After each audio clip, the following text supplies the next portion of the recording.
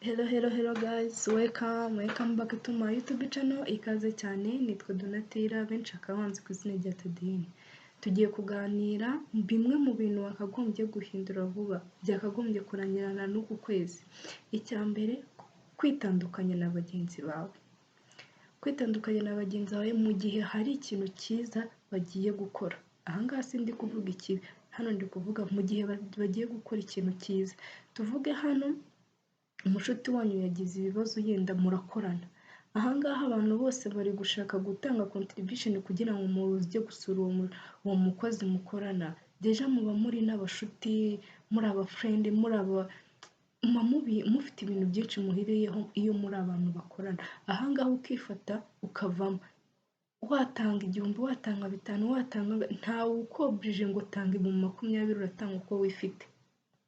Ahangaha urifasha uvamo, ntabwo ari byiza. Urundi rugero, mufite umushuti wanyu uzakora ubukwe cyangwa se mu minsi iri imbere uzakora ubukwe, muri gutanga contribution, buri wese ari gutanga uko yifite. Wowe uvuyemo, nawe ugusabye 10,000, nawe ugusabye ngo utange ibintu bya mirenge.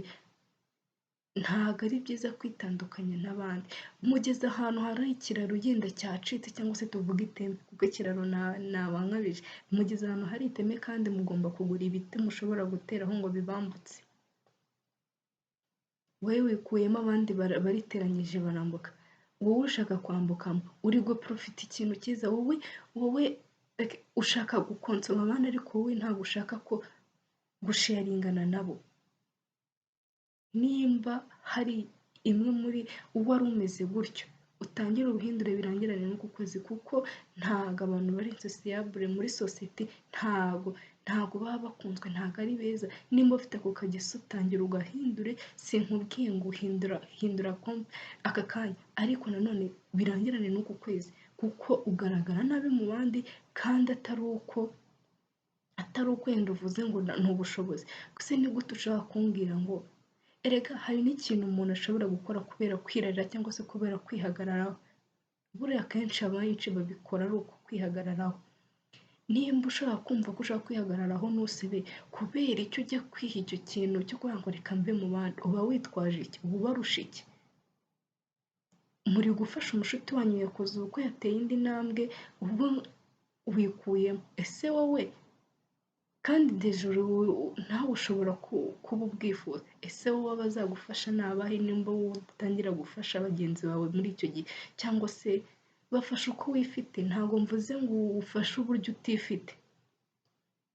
Ikintu cya kabiri, wakagombye gucikaho isuku nkeya. Ahangaha ndavuga umwuka mubi, waba wo mu kanwa cyangwa se icyuya. Ahangaha buri wese agira icyuya cye pe, ariko nanone biterwa n'ukuntu tugenda tucyanturutona.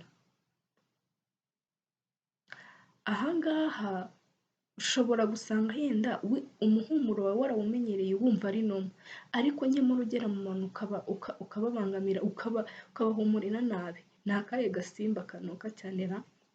Agasamunyiga. Waca ngo mbega agasamunyiga karanuka, kagira gute? Murabizi namwe ukuntu kanuka. Ahangaha yenda ufite umushuti wawe, ahangaha nyine nawe hari igihe uhigire kuba nimba wakoraga icyo kintu gihindure. Kuba uri umushuti w'umuntu agaseba ureba, ni ikibazo gikomeye cyane. Ahangaha urugero, nta muntu ukunda cyangwa se wishimira kuba yasura abantu bamwumva ngo awukubite cyane cyangwa se unuke. Nta muntu ubyishimira. Uko nguko wumva waba usebye, gerageza wumve ko n'umushuti wawe ataseba. Ku bakobwa tujya muri period, uko wumva ko cya gihe wumva ko nawe wabimenya, wumva ko utaseba, gerageza na mugenzi wawe umufate gutyo, umufate ko nawe ataseba. Aramutse asebye ni wowe usebye. Bwira mugenzi wawe nimba hari ukuntu yaratangiye guhumura nabi, ureke gufasha n'abandi bamujyaniraho inzara. Mubwire hakiri kare ahindura. Rega ntawanga guhinduka, ninde se wanze gusa neza? Ashobora gusanga yenda atanabizi, cyangwa se yenda agerageza ariko atabishyiraho umwete, ariko mubwiye yahinduka. Mugerageze kuba inshuti nziza, mugerageze kumva ko mugenzi wanyu ataseba ureba.